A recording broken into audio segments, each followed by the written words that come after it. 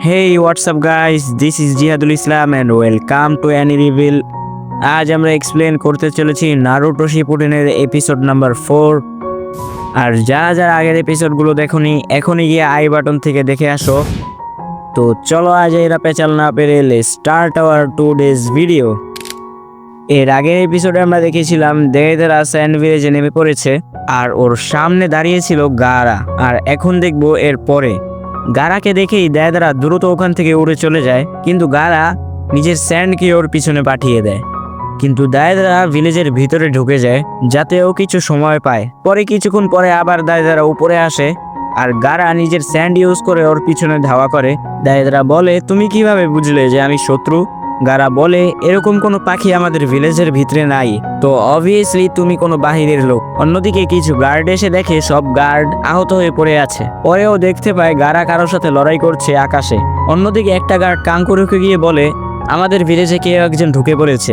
কাঙ্কুরো বলে, ও ভিতরে কিভাবে আসলো? ক্যাপ্টেন ইউরানা সিকিউরিটি বাড়িয়ে দিয়েছিল। গার্ড বলে, ক্যাপ্টেন ইউরাকেও কোথাও পাওয়া যাচ্ছে না। কাঙ্কুরো বলে, এটা কিভাবে সম্ভব? অন্যদিকে সাসরি ক্যাপ্টেন হিউরাকে বলে, তোমার এখান থেকে চলে যাওয়া উচিত, কারণ কেউ যদি দেখে তুমি এখানে আছো তাহলে সমস্যা হতে পারে। আর ক্যাপ্টেন হিউরা ওখান থেকে চলে যায়। অন্যদিকে কাঙ্কুরো গারার রুমে গিয়ে দেখে গারা ওখানে নেই।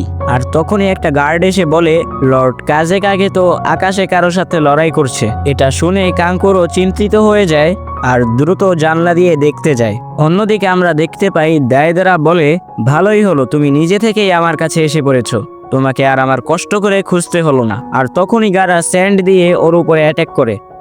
অন্যদিকে আমরা দেখতে পাই নারুটো এবং কাকাশির ফাইট এখনো চলছিল।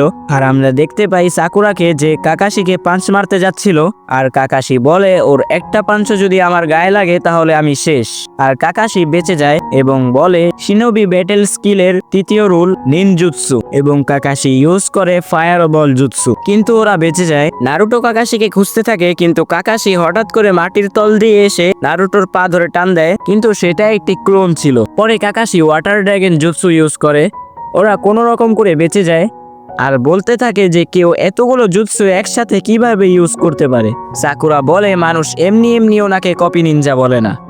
আর সোনারে বলে, আমার মনে হয় এই ম্যাচ অনেক তাড়াতাড়ি শেষ হয়ে যাবে, আর এমনিতেও সকাল হতে এখন অনেক সময় বাকি। অন্যদিকে আমরা স্যান্ড ভিলেজে দেখতে পাই কাঙ্কুরো এবং সব গার্ডদেরকে, যারা উপরের দিকে তাকিয়ে অবাক হয়ে যায়, কারণ উপরে ফুল অন ফাইট চলছিল।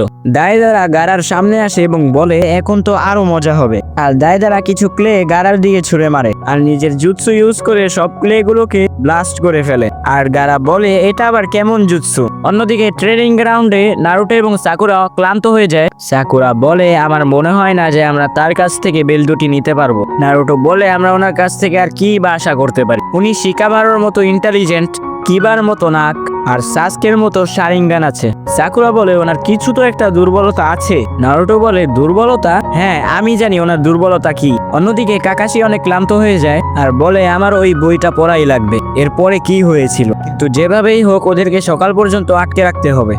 অন্যদিকে নারুটো এবং সাকুরা মিলে একটা প্ল্যান বানায়। নারুটো বলে, এই প্ল্যান 100% কাজ করবে। পরে নারুটো সাকুরাকে প্ল্যান শোনায় আর সাকুরা বলে, হ্যাঁ, এই প্ল্যান হয়তো কাজ করতে পারে। অন্যদিকে স্যান্ড ভিলেজে দায়দারা দুটি ক্লে দিয়ে বার্ড বানিয়ে গারার দিকে ছুঁড়ে মারে। গারা ওটা থেকে বাঁচার আগেই ওর কাছে পৌঁছে যায়। পরে দায়দারা নিজের জুৎসু দিয়ে দুটি পাখিকে ব্লাস্ট করে দেয়। এটা দেখে কাঙ্কুরো ভয় পেয়ে যায়।